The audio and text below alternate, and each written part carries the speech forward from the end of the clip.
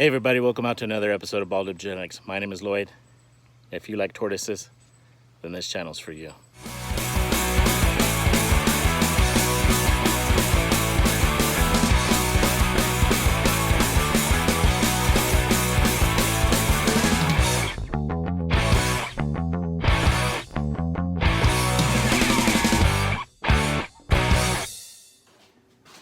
Okay everybody, so today I thought I would show you some of the tortoise species that we deal with here at Bald Up Genetics. For over 20 years I've been raising and breeding some of the most unique species of tortoises in the world. I've had a lot of species, from Burmese Mountain to Indian Star to Redfoots, a bunch of different hingeback species. So a multitude of species through that 20 plus years that I've taken care of, from desert species to tropical species. Right now here at Bald Up Genetics, I'm focusing on more of smaller species and those that are more from an arid climate or a drier climate. But I still do have a few semi-tropical to tropical species also. So today I thought I would show you a few of them. So the first one that we're going to show you is the pancake tortoise. First thing you notice is how flat it is, since it gets its name of pancake tortoise being flat. This species from Africa, they live in a lot of rocky areas. So what they're going to do is they're going to go inside, they're going to wedge themselves into small areas, and then they're going to leave this back right here out towards whatever's trying to get at them. The tortoise shell is a little pliable. When you push on it gives a little bit, and that's because they have to be able to get into those crevices. This is a full-grown adult right here, so you can see they don't get that big. Also, too, there are species that really only lays an egg at a time. They may have anywhere from 1 to 4 eggs in a year. They're a pretty large one. I'll put a picture right here of one of them that had an egg recently. I have a small breeding group of these here at Bald Up Genetics. I hope to get a few more in the next few years because I really like this species.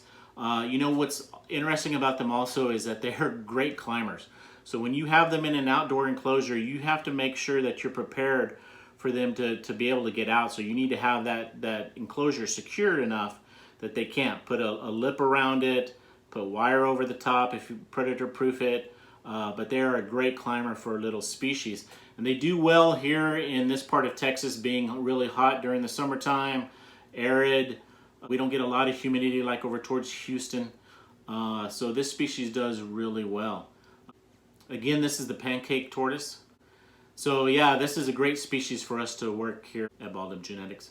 So let me show you some close-ups of it, and then we'll go on to the next species.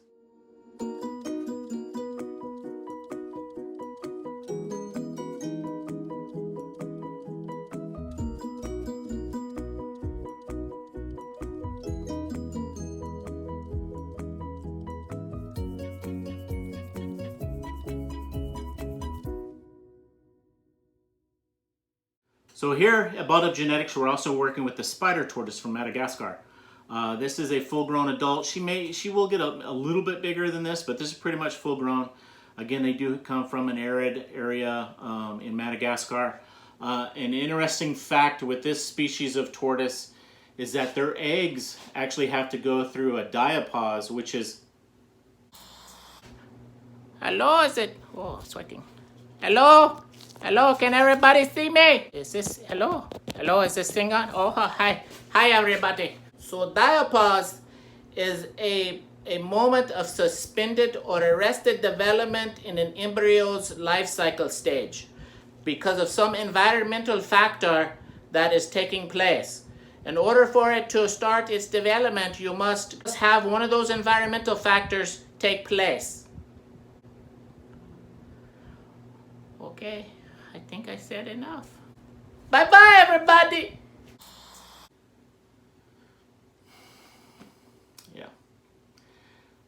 Basically, all that is that you have to, for us here at Bald Up Genetics, we have to chill down their eggs to a low temperature, usually in the 60s, for several weeks at a time. Then bring them up to room temperature, and then put them in the incubator. And it can take up to almost a year for them to hatch out. So it's a very advanced species to have to work with when it comes to breeding and raising them. Again, these females, they lay one large egg at a time, maybe up to 4 eggs in a single season. I have gotten babies from this female before. It's been a great thing to be able to get not only fertility out of them, but to get to them developing the egg correctly, and then get them to hatch out. This is a great little species to work with. They are hard to find nowadays in the hobby trade, and when you do, you're going to pay a pretty good price for them. But again, this is the spider tortoise from Madagascar, and let's get a little close-up of her.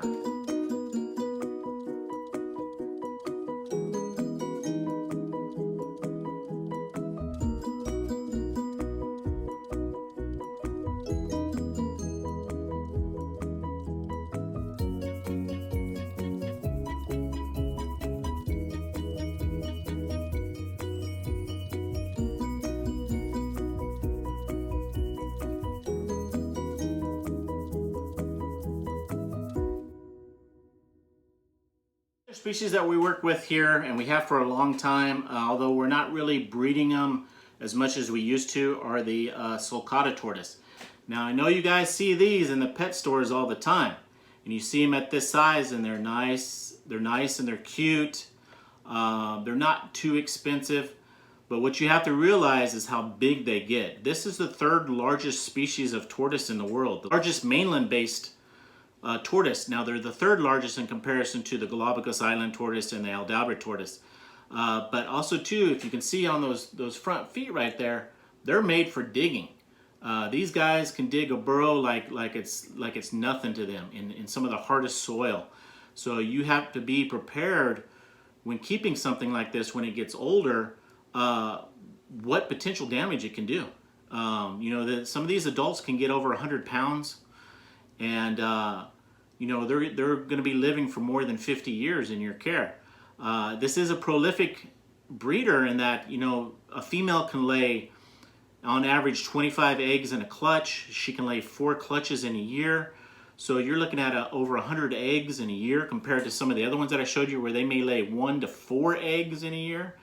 We're going to go outside in a minute so you can see some of the adults and see the size comparison of these, but you really have to do your homework with these. I know these are a very popular species here in the US, but you need to be prepared to house something that's this big.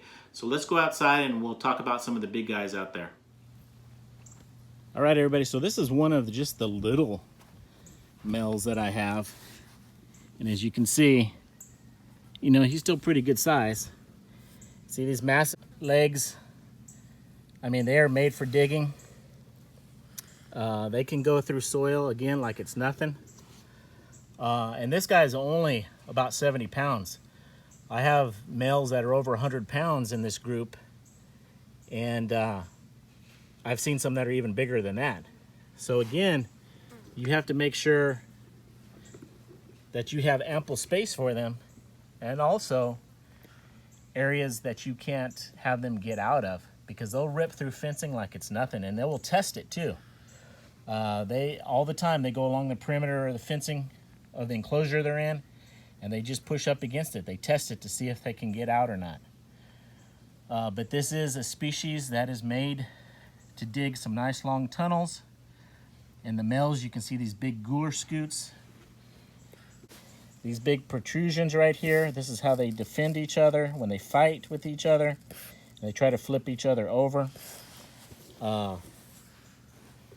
In their enclosure, I have obstacles. Of course, I have shade for them.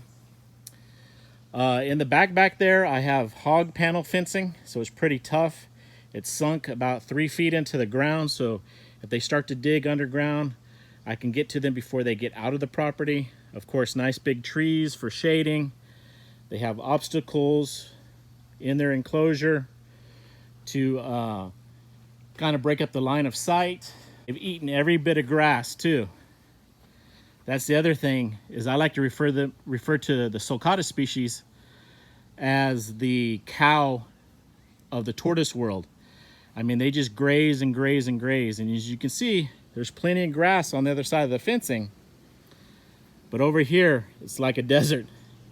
And in the area that I'm in, there's a lot of, there's real sandy loam. So not a good opportunity for grass to grow.